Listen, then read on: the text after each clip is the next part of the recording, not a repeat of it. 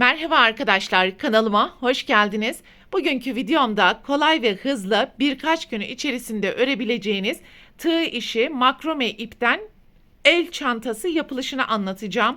Umarım sizler için faydalı bir video olur. Anlatımını yapacağım tığ işi çanta deseninde farklı renk kombinleri ile örebileceğiniz gibi tek renk de örebilir. Sıra sayısını artırarak daha büyük bir çanta elde edebilir ya da sıra sayısını küçülterek daha küçük bir çanta örebilirsiniz arkadaşlar. Çantanın sapında ben bu şekilde hazır deri çanta sapı kullandım. İsterseniz örgü çanta sapları da yapabilirsiniz. Ve yapacağımız çantanın genişliği 34 santimetre. Tabana kadar olan yüksekliği ise yaklaşık 20 santimetre. Desteğinizi göstermek adına videomu beğenip kanalıma abone olduysanız haydi vakit kaybetmeden çantanın yapılışına başlayalım. Çantanın yapılışında aynı markaya ait 5 farklı renk kullanacağım arkadaşlar. Ve kullanacağım iplerin markası Spoga Yarn 3 numara %100 polyester makrome ipleridir. Aynı renkleri kullanarak örmek isteyen arkadaşlar için renk ve lot numaralarını da göstereyim.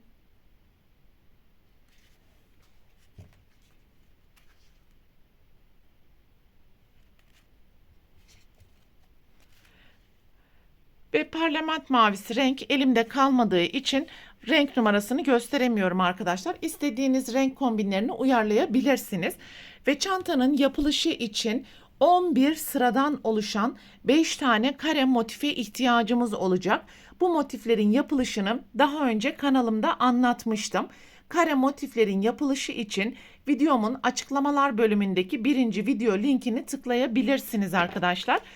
11 sıradan oluşan kare motifin genişliği yaklaşık 17,5-18 santimetre. Çantanın ebatını büyütmek için sıra sayısını büyütebilir.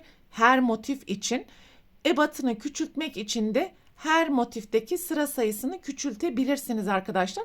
Yalnız yapacağımız 5 tane kare motif aynı renk sıralaması ve aynı sıra sayısı kadar örmemiz gerekiyor. Çantanın birleştirmesini yaparken şu an ekranın sol üst köşesinde görmüş olduğunuz şablon üzerinden birleştirme yapacağız. Şu şekilde ve çantanın ön yüzünden birleştirmesini yapacağız arkadaşlar. Bakın buralar arka yüz. Öncelikle taban ile yanlar ve ön arkayı aynı anda buradaki ortada bulunan dört kenarı birleştireceğiz. Daha sonra yukarıya doğru ya da aşağıya doğru çapraz kenarları birleştireceğiz. Son aşama olarak ise çantanın üstünü ve sapını yapmaya başlayacağız. En son kullanmış olduğunuz renk ile de birleştirmeyi yapabilirsiniz. Çantanın içinde kullanmış olduğunuz herhangi bir renk ya da çantanın motiflerden sonraki kullanacağınız renk ile birleştirmeyi yapabilirsiniz. Ben içinde kullanmış olduğum krem renk ile çantanın üzerini yapacağım için birleştirmeyi de krem renk ile yapacağım. Şimdi birleştirmeye başlayalım. Bu arada hem kare motifleri örerken hem de çantanın üstüne devam ederken 2,75 milim tığ kullanacağız arkadaşlar. Çantanın herhangi bir kenarından birleştirme yapmaya başlayabilirsiniz. Zaten dönerek gideceğimiz için ilerleyen aşamaları da adım adım sizlere göstereceğim. Birinci kare motifin ön köşesi ile arkadaki kare motifin köşesinden tığı geçirelim ve bir zincir yaptıktan sonra ipi buraya sabitleyelim. Bir zincir, aynı nokta içerisine sık iğne yapalım. Şimdi karşılıklı trabzan gruplarını birleştirerek devam edeceğiz arkadaşlar. Birinci kare motifin köşesinde bulunan 3 trabzan ile arkadaki kare motifin köşesinde bulunan 3 trabzan ilmeklerini karşılıklı birleştireceğiz ve her iki ilmekleri alarak bu işlemi yapacağız. Sıra sonuna kadar da hiçbir ilmeği kaçırmadan bu şekilde yapmaya devam edelim.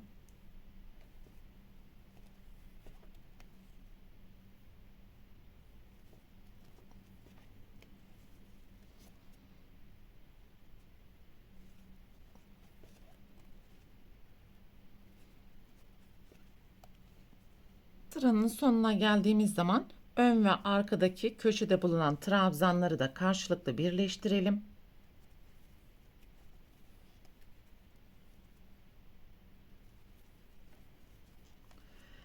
Önlü ve arkalı köşe zincir boşluğuna 2 sık iğne yapalım. Taban ile ilk motifi birleştirmiş olduk. Şimdi yan tarafa geçerek yukarıya doğru birleştirmeye devam edeceğiz.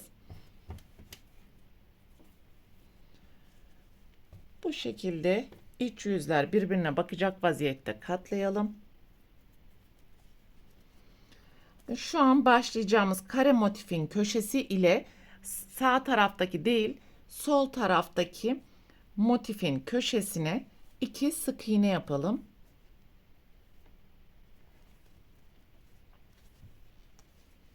Burası köşe dönüşü olduğu için aynı zamanda diğer birleştirdiğimiz motifle birlikte toplam yan yana 4 tane sık iğne yaptık.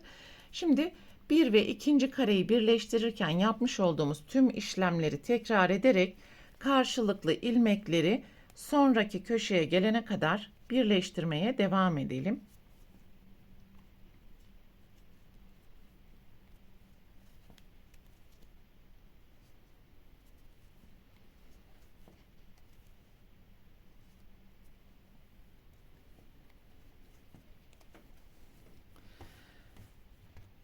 Köşe dönüşü de gayet rahat bir şekilde sağlamış olduk. Şimdi yukarıya doğru birleştirelim arkadaşlar. İlk başta çantamız bu şekildeydi. Burayı birleştirdikten sonra da yukarıya doğru devam edeceğiz ve daha sonra da diğer 4. kareyi birleştireceğiz. Yukarıya doğru 2. köşeyi de birleştirdim. Bakın bu şekilde çantanın tabanında 2 alanı birleştirdik. Burayı tamamen çevrelememiz gerektiği için diğer kare motifle devam edeceğiz. Ve şu an halen birleştirmeye devam ettiğimiz kare motifin köşesine de 2 sık iğne yapalım.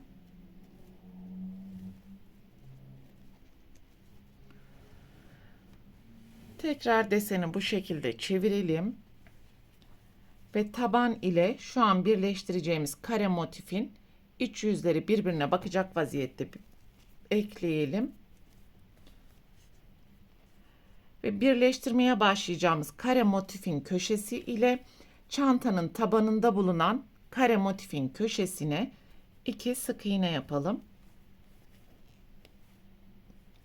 Bu köşelerdeki özellikle sık iğneleri rahat yapalım ki çantanın kenarlarında kasma olmasın arkadaşlar.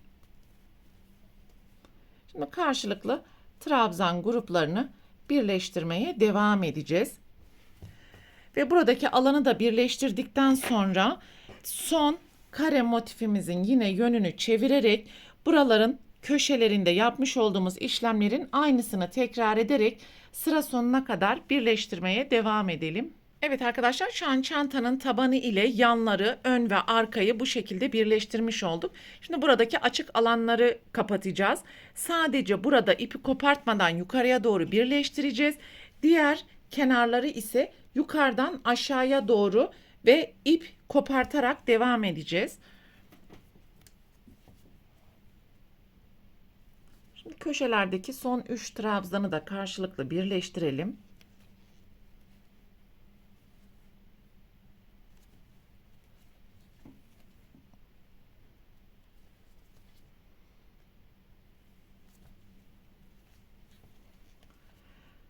Yapmaya devam ettiğimiz karenin köşesiyle arkadaki köşeye de sık iğne yapalım. Burası önemli. Özellikle dikkat edelim arkadaşlar. Bakın yan taraf ile birleştirme yapmamız gerekiyor. Yani buradaki nokta ve burada köşede 2 tane sık iğneyi sıranın başında başlamıştık. Yapmaya devam ettiğimiz karenin köşesi ile yan taraftaki kare motifin köşesine 2 tane sık iğne yapacağız.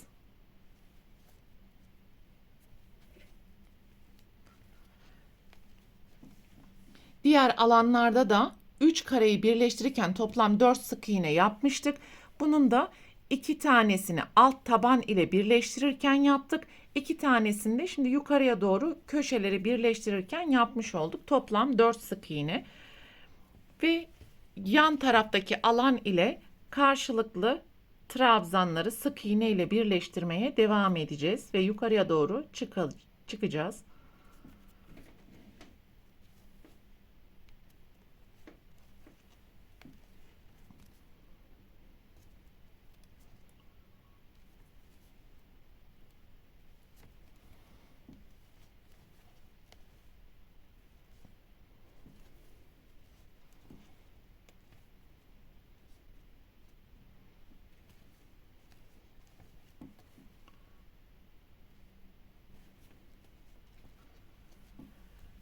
Şimdi birleştirmeye köşeye kadar devam edelim arkadaşlar. Köşeye geldiğimiz zaman önlü arkalı köşeye de 2 tane sık iğne yapalım.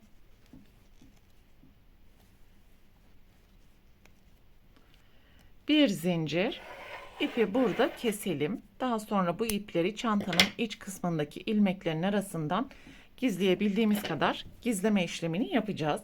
Bakın şu anda bir köşeyi bu şekilde birleştirmiş olduk. Şimdi diğer kenara geçelim ve diğer 3 kenarı yukarıdan aşağıya doğru birleştireceğiz.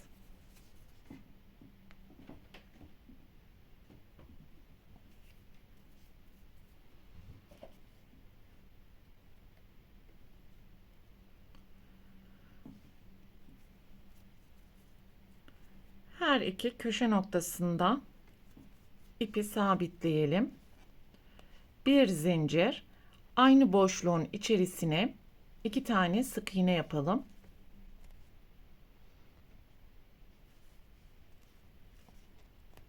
Ve şimdi aşağıya doğru karşılıklı trabzanları birleştirmeye devam edelim.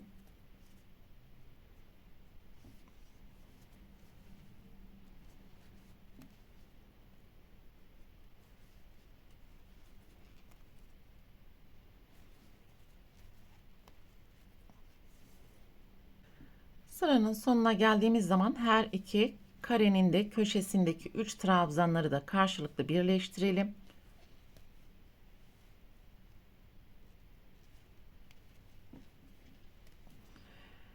Ve öndeki kare motifin köşesi ile arkadaki kare motifin köşesine 2 tane sık iğne yapalım. Bir zincir, ipi burada keselim.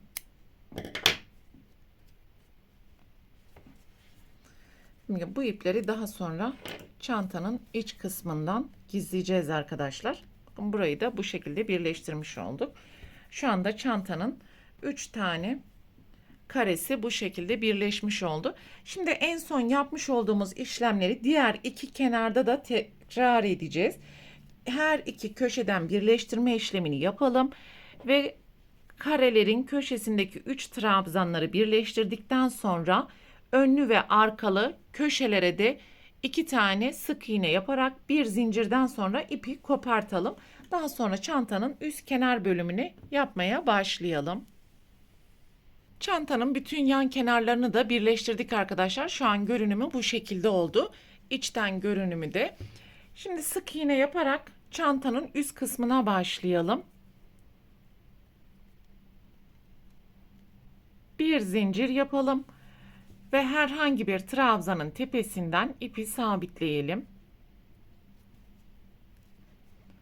Bir zincir, köşeye gelene kadar tüm trabzanların tepesine sık iğne yapalım.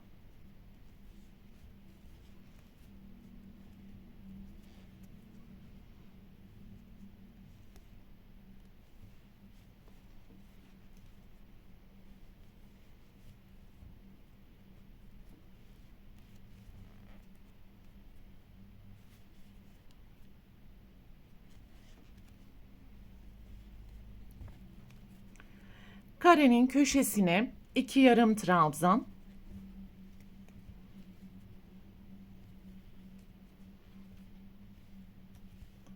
sonraki karenin köşesine 2 yarım trabzan,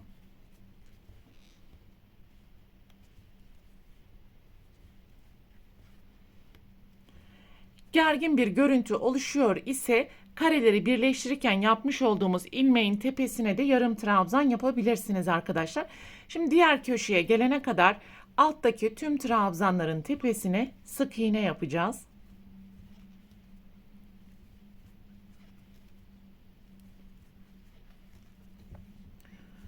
Ve karenin köşesine geldiğimiz zaman burada yaptığımız işlemleri tüm karelerin köşesinde yapacağız. Köşelere 2 yarım trabzan, sonraki karenin köşesine tekrar 2 yarım trabzan, alttaki tüm trabzanların tepesine de sık iğne yaparak sıra sonuna kadar devam edelim. Sık iğne sırasının sonuna geldiğimiz zaman ilk zincirin tepesine kaydırma yaparak burayı birleştirelim. Bir zincir, aynı boşluğun içerisinden başlayarak alt sırada yapmış olduğumuz tüm sık iğne ve yarım trabzanların tepesine sıra sonuna gelene kadar sık iğne yapacağız. Ve bu işlemi istediğiniz sıra sayısı kadar tekrarlayabilirsiniz arkadaşlar. 3 sıra ya da 4 sıra sık iğne yapmamız gerekiyor. Her sıranın sonuna geldiğimiz zaman ilk zincirin tepesine kaydırma yaparak birleştirelim ve sık iğneleri yapmaya devam edelim. Kare motiflerden sonra toplam 6 sıra sık iğneleri yaptım ve sıranın sonuna geldiğim zaman ipi burada kestim. Şimdi burada gizli birleştirme yapalım.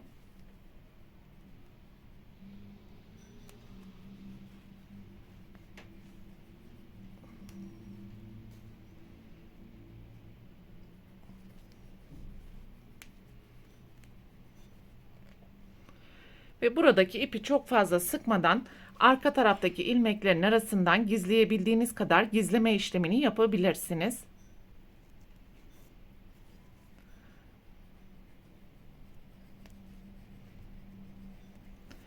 Kamera arkasında ben bu ipleri çakmak yardımıyla örgüye zarar vermeden yapıştıracağım arkadaşlar. Böylelikle çantanın üst kısmındaki sık iğne çalışmasını da tamamlamış olduk. Ve şimdi çantanın kulpunu monte edeceğiz.